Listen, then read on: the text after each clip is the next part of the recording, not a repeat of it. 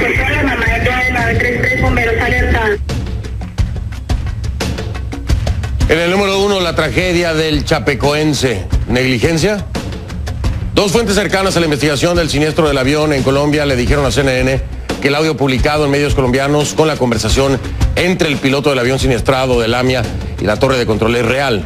Ese audio sustenta la versión del copiloto de Avianca, Juan Sebastián Upegui, que en audio, que circuló por las redes, le cuenta a alguien cómo vivió la emergencia desde un avión cercano. Avianca confirmó a CNN la identidad del copiloto, que ese audio también es verdadero y que su trabajador no puede hablar con la prensa, pues su testimonio forma parte de las investigaciones. Este es el primer tema de la noche. Vamos con los hechos. Fuerza chapecoense. Esa es la etiqueta que desde el lunes por la noche inunda las redes sociales. Y es que no solo el mundo del deporte está de luto, el mundo entero lo está. Así lo dejaron ver las portadas de los diarios. Un trágico accidente aéreo que terminó con el sueño de un equipo mágico de jóvenes inspiradores. En un abrir y cerrar de ojos, los perdimos. Sí, los perdimos todos, ustedes y yo. Este es el primer tema de la noche y se lo presento así.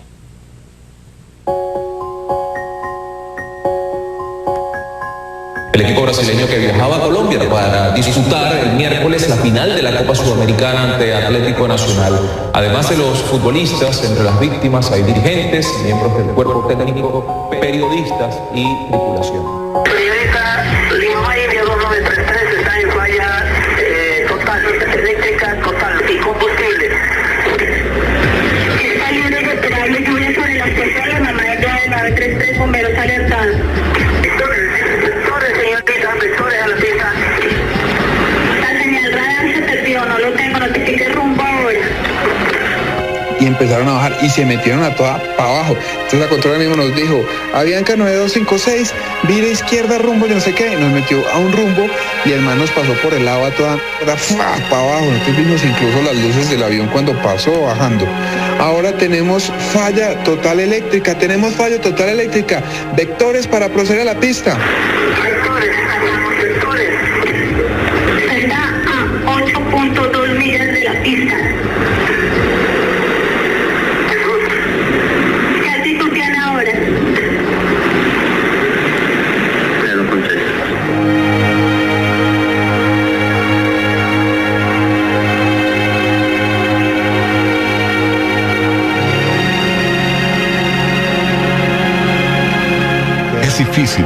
Es difícil hablar, no sé qué decir.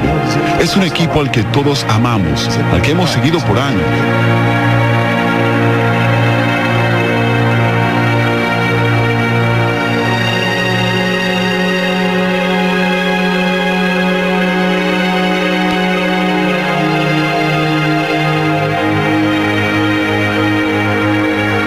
Segunda vez que los transportamos a ellos, vamos a volver con buen resultado.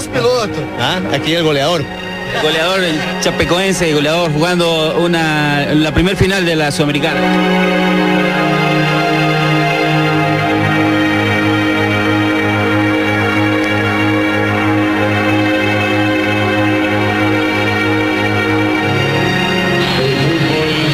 No tiene fronteras. Fuerza, familias, hinchada y pueblo chapecoense.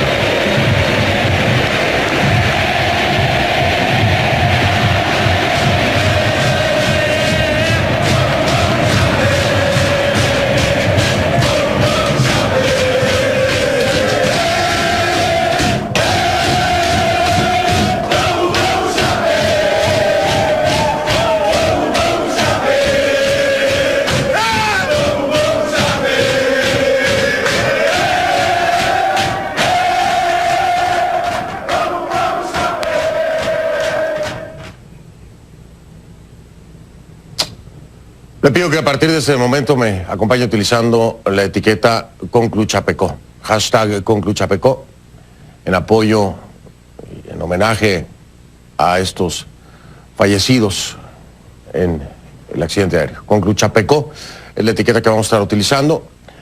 Sus mensajes a mi cuenta en Twitter, @soyfdelrincón, @soyfdelrincón es la cuenta en Twitter. Es la caída del vuelo 2933 de la aerolínea boliviana Lamia, en el que viajaba el equipo de fútbol brasileño chapecoense a dirimir la Copa Suramericana en la ciudad de Medellín, que mantiene desconcertados a los expertos de la aeronáutica civil, cuando aún no se tienen claros todos los detalles del siniestro. Poco a poco comienza a desenredarse la madeja de interrogantes que podrían aclarar las causas por las que la aeronave se precipitó, dejando 71 personas muertas y 6 sobrevivientes. Por el momento, ya está claro cómo se vivieron los últimos minutos en la cabina del avión. La divulgación este miércoles del audio de la conversación entre el capitán de la aeronave y la controladora aérea del aeropuerto José María Córdoba en Río Negro revela que este reportó una escasez de combustible y después una falla eléctrica. Falla eléctrica total antes de estrellarse. Escuchemos. Señorita Lima India 2933 está en falla total, eléctrica total y combustible. Está libre de operable lluvia sobre las puertas de la mamá de 933, bomberos alertados. Vectores, señorita, vectores a la pista. La señal radar se perdió, no lo tengo, notifique rumbo ahora. Vamos con rumbo 360. Ya al localizador del borde Río Negro, una milla delante del borde. Al momento usted se encuentra, correcto, le confirmo, por la izquierda con rumbo 350.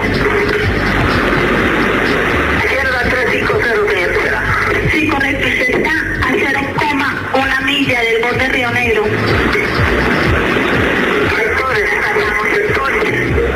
Está a 8.2 millas de la pista. ¿Qué altitud tiene ahora?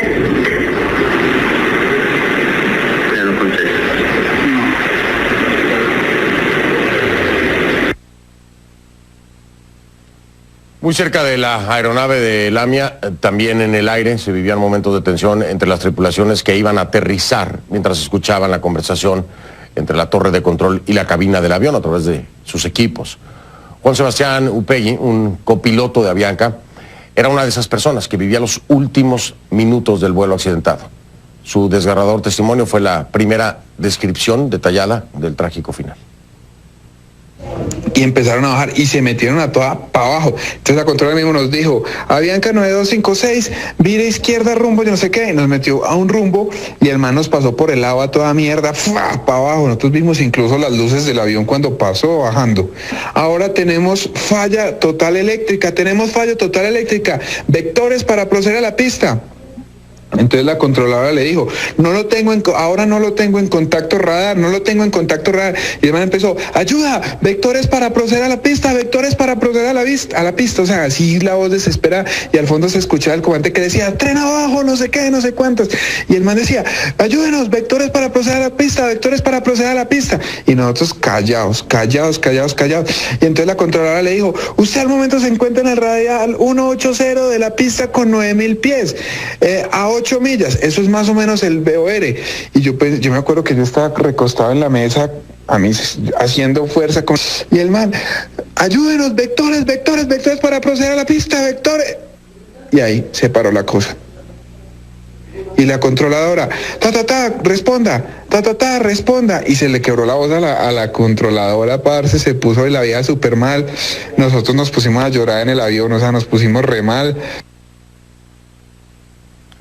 Mientras tanto, en Brasil y Bolivia avanzan los preparativos para la repatriación de los restos de las víctimas y también para el regreso de los sobrevivientes, tan pronto puedan recibir el alta de los hospitales donde son atendidos en Colombia. Nuestra colega Shasta Darlington visitó más temprano el lugar del siniestro y nos muestra las crudas imágenes del desastre. Al acercarse tanto al desastre, uno se da cuenta de lo aterrador que debe haber sido. Aquí al lado se puede ver la chaqueta del piloto o del copiloto. Aquí el té típico del sur de Brasil, de donde venía el equipo de fútbol. Un manual de vuelo, los carritos que llevaban comida. Luego aquí detrás mío se puede ver el lugar donde los soldados siguen trabajando. Estuvieron revisando de cerca estos escombros. Se pueden ver los asientos, los cables. Es increíble que haya habido 6 sobrevivientes, pero también es notable que no se vean señales de explosión ni de fuego. Por eso, los investigadores consideraron que el avión volará abajo sin combustible. Es simplemente increíble, increíblemente triste. Desde esta perspectiva se puede ver cómo el avión se estrelló cuesta abajo por la montaña. Parte de la cabina aún está intacta. Quizás sea ahí donde estaban los sobrevivientes, pero los escombros están esparcidos a lo largo de este pequeño valle. Incluso aquí tenemos una parte del tablero de control de la cabina de pilotos. Y aquí se ve algo más reconfortante.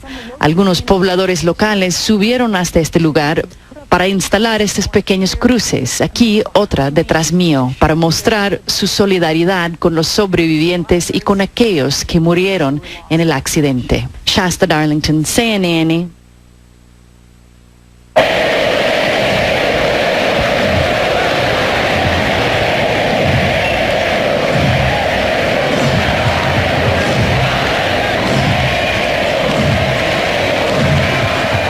Hoy se debió disputar en Medellín la final de la Copa Suramericana, pero el frustrado juego no evitó que miles de aficionados del Atlético Nacional llenaran el estadio Anastasio Girardot para rendir homenaje a las víctimas de la tragedia. Todos con velas en las manos, como queriendo alumbrar las almas de 71 vidas que se apagaron sobre un cerro de Colombia. Las autoridades colombianas se preparan para un minucioso proceso de investigación que saque a la luz las verdaderas causas que hicieron que se estrellara este vuelo sobre suelo colombiano, el vuelo 2933 de la aerolínea Lamia. Vamos a hablarlo con una figura clave de este proceso.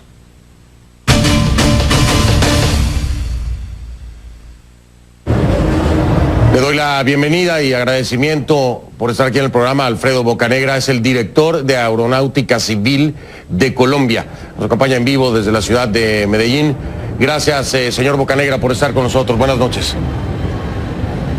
Buenas noches, Fernando, y a toda la teleaudiencia de CNN en español. Un momento sin duda terrible y un proceso de investigación que no será nada fácil, pero al escuchar los audios, señor Bocanegra, la narración del piloto de Avianca, la comunicación con la torre de control, se pueden ver fallas de inmediato, como el no declararse en emergencia, que no es lo mismo que pedir prioridad. Este es un elemento que ustedes han hecho referencia del mismo, y quisiera saber cuál es su punto en torno a esta gran diferencia, el haber pedido prioridad pero nunca haber declarado la emergencia por parte del piloto.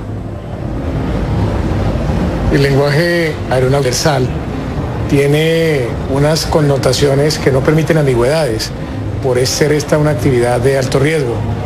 La prioridad es una solicitud de poder atender un tema sin que sea absolutamente insuperable, pero la fatalidad próxima sí se asocia exclusivamente con las expresiones universalmente reconocidas de Mayday, Mayday, Mayday, o con las expresiones incluso de pan, pan, pan, con el propósito de identificar que si nos encontramos frente a una emergencia inevitable, insuperable, que hace necesario que se activen todos los protocolos de seguridad en las instalaciones aeroportuarias sobre las cuales se tiene contacto con su torre de control.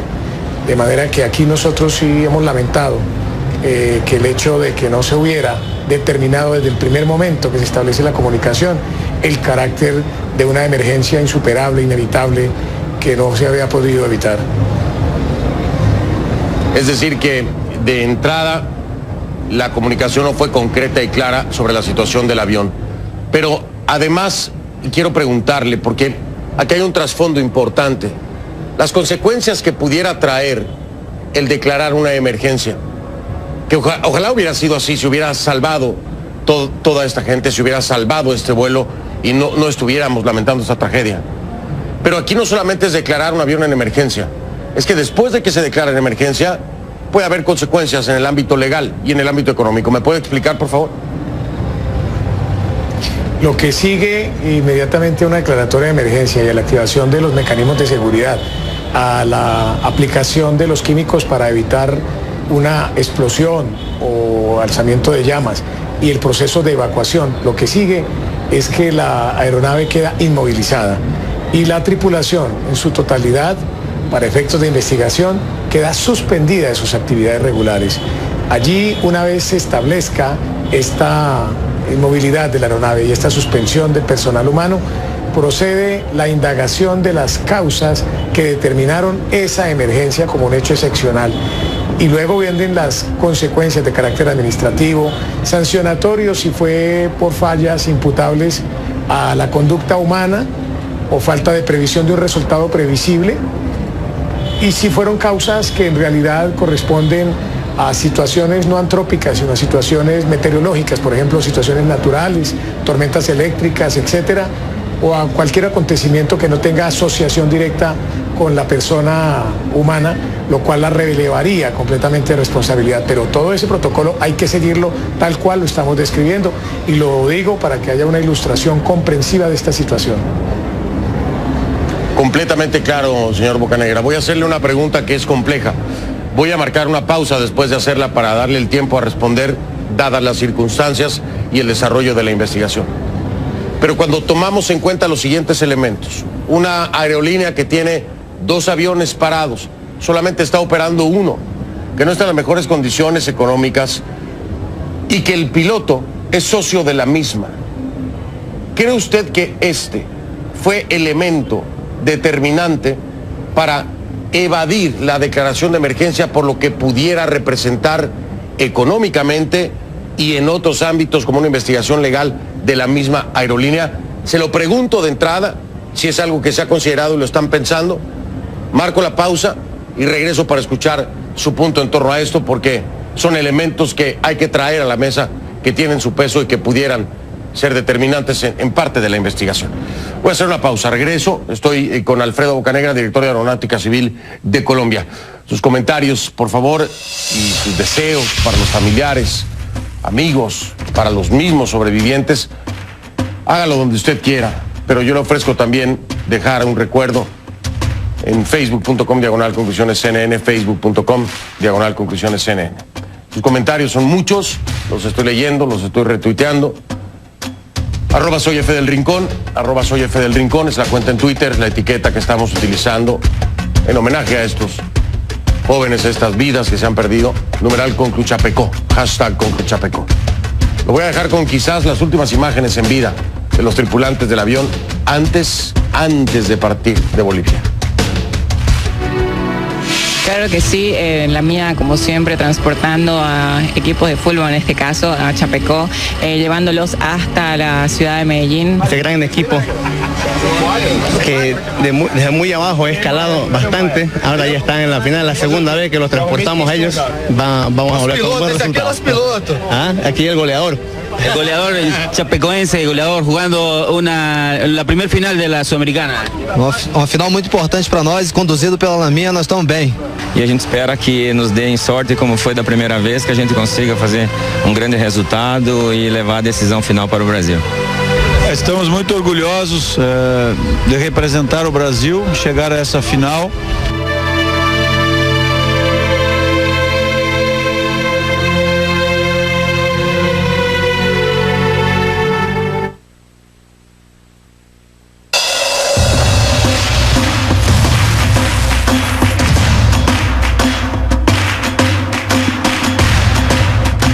Antes de regresar con mi invitado, Alfredo Bocanegra, director de Aeronáutica Civil de Colombia, quiero hacer una corrección, pronuncié mal el nombre del estadio, Atanasio, me parece que dije Anastasio, no, es Atanasio Girardot. Vamos entonces ahora de vuelta a la ciudad de Medellín. Ahí está Alfredo Bocanegra, director Aeronáutica Civil de Colombia. Y le hacía una pregunta, sé que es complicada, siéntase en la libertad el señor Bocanegra de responderla o no, pero las condiciones de la misma aerolínea con 2 naves en tierra que no volaban, solo una nave volando, siendo el piloto solo de la misma empresa, y las consecuencias que podría haber traído para la empresa y para él el tema de declarar emergencia en lugar de pedir prioridad, ¿cree que sea un factor del por qué nunca se habló claro con la torre de control para decir estamos en emergencia? Entenderá usted la dificultad que me asiste en contestar esta pregunta, ya que en este momento estamos recibiendo un observador que acompaña la investigación de Bolivia, el capitán Saavedra, e igualmente 2 observadores que acompañan la misión de parte de Brasil. De manera que no considero justo emitir un juicio de valor. Lo que hemos dado en la rueda de prensa de la noche de hoy con nuestro secretario de Seguridad Aérea es un avance en el sentido de mencionar varias cosas. Uno, las grabaciones que circulan, tanto la del periodista, tanto la del copiloto como la de la torre de control, nosotros no las tomamos como oficiales porque no proceden de nuestras fuentes. Sin embargo, no las desestimamos porque en el resultado de la investigación se podrían validar con los documentos originales y con las bases originales de que son auténticas. Arrojan luces y claridad también muchas versiones, entre esas el representante de la misma empresa que ha dicho hoy en la ciudad de Medellín a medios nacionales y a medios internacionales que el piloto tenía la alternativa de haber podido reabastecerse en Bogotá y que era una decisión absoluta de su propio fuero el tomarla o no. De manera que allí considero que quedan extendidos muchos indicios y muchos elementos para poder concluir y que sean los teleaudientes los que puedan discernir sobre este aspecto. ¿Cuáles serían, y yo lo entiendo, le agradezco la honestidad y por eso le daba yo la libertad de responder concretamente o no, porque sé lo difícil que es esto, estoy totalmente consciente. Me gustaría, si es posible, que subrayáramos o resaltáramos los principales indicios que hoy pudiera usted resaltar. Acaba de resaltar uno de ellos, es el tema de combustible. ¿Qué otros indicios tienen ustedes que son resaltables y se están investigando? Digamos que podemos resaltar, 1, el tema del combustible, 2, el tema de no haber utilizado un alterno para reabastecerse, 3, igualmente un plan de vuelo que incluía ese alterno y no fue utilizado. Igualmente, el tema de que el piloto era un piloto que conocía la ruta, era un piloto que conocía el aeropuerto, era un piloto que había transportado, según lo reconoció el propio profesor Reinaldo Rueda, técnico del Atlético Nacional, en más de 6 oportunidades desde y hacia Medellín, en ese mismo avión, al equipo Atlético Nacional y a otros equipos que vinieron a contender con él en algunos torneos. De manera que eso deja una serie de definiciones, una serie de conceptos que contribuyen a la investigación, que una vez se saque la información de las cajas negras e igualmente se cotejen las grabaciones de la controladora del momento, se podrá determinar los marcos de responsabilidad. Por ahora lo que se anticipa es que efectivamente, por no haber impregnados los cuerpos de combustible, por no haber explosionado la aeronave, por no haber tenido tampoco impregnación de combustible en el área, ni tampoco en los sobrevivientes, es posible que el combustible que reposaba no fuera el suficiente. Que es posible que no fuera el suficiente. Me quedan solamente 30 segundos, señor Bocaneira. Tampoco podemos entrar demasiado en la investigación porque entiendo las circunstancias, pero preguntarle finalmente, digo ya para finalizar, las consecuencias en el grado de responsabilidad, ¿hasta dónde podrían llegar? Muchas personas piensan que si la falla fue humana y resultara después de la investigación que fue el piloto el responsable, las cosas no llegarían más allá. La pregunta es, ¿cuáles serían los alcances en este escenario para quien resulte responsable, por decirlo de alguna forma?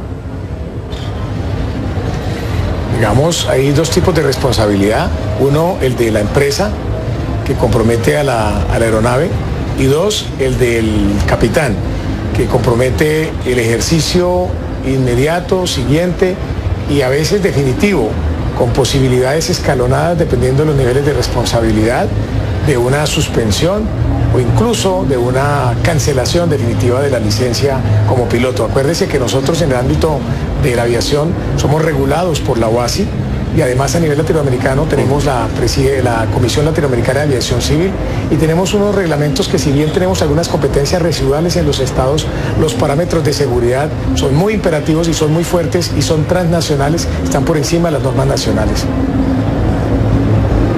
Señor Bocanegra, ha sido un placer. Le agradezco que, aún bajo las circunstancias de una investigación en desarrollo, haya aceptado esta invitación aquí en Conclusiones. Le digo que respetaremos los tiempos y me gustaría poder hablar con usted ya que haya desarrollado mucho más y se tengan definiciones más concretas, sobre todo también con la lectura de las cajas negras y los datos que arroja la misma. Muchas gracias, señor Bocanegra. Gracias, Fernando, y con mucha disposición tan pronto tengamos todos los resultados oficiales. Se le agradece y aquí lo esperaremos con mucho interés y con mucho agradecimiento. Buenas noches, señor Bocanegra, allá en Colombia. Muy amable. Voy a marcar una pausa. Regreso entonces. Tengo un segundo tema esta noche. Un segundo invitado. Es Lester Toledo. ¿Terrorista o perseguido? Es el diputado opositor venezolano que rompe el silencio aquí en Conclusiones. Ya está en nuestros estudios. En un momento hablo con él.